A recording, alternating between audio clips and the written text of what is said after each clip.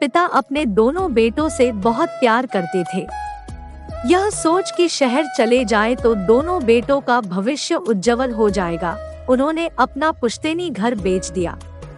गांव में चोरियां बहुत हो रही थी, इसलिए वो सारा पैसा उन्होंने एक खेत में गाड़ दिया। घर पहुंचकर घर बेचने की बात दोनों बेटों को बताई और यह भी बताया कि घर का नया मालिक 1-2 दिन में यहाँ रहने आ जाएगा, इसलिए तैयारी करो शहर चलने की। घर बिकने की बात सुन दोनों बेटों के मन में खोट आ गया। दोनों सोचने लगे कि क्यों न मैं ही सारा पैसा हड़प लूं। तरकीब सोचते हुए दोनों अपने पिता के पास गए और पूछा, पापा पैसा तो आप लाए नहीं? पिता ने उत्तर दिया, अरे सारे पैसे मेरे पास हैं, तुम दोनों चिंता मत करो। रात को बड़ा बेटा उठा और सोते हुए पिता के सामान की तलाशी लेने लगा। तभी छोटा बेटा भी वहां पैसा ढूंढते हुए पहुंच गया। एक दूसरे को देख दोनों घबरा गए।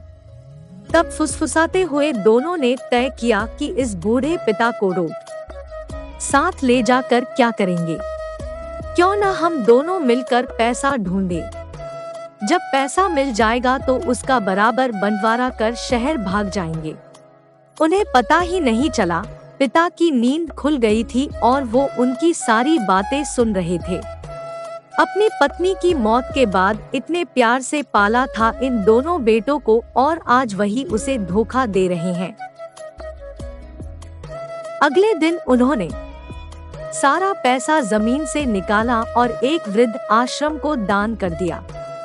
वो अपने बेटों की घृणित सोच से इतने दुखी हुए कि उन्होंने फौरन घर छोड़ दिया और साधु का वेश धारण कर गांव से हमेशा के लिए चले गए। दूसरे दिन नया मकान मालिक आया और उसने दोनों बेटों को घर से निकाल दिया।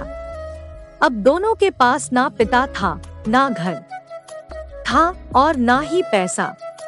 देखा आपने, लालच की वजह से दोनों के हाथ से पैसा भी गया और पिता का प्यार भी।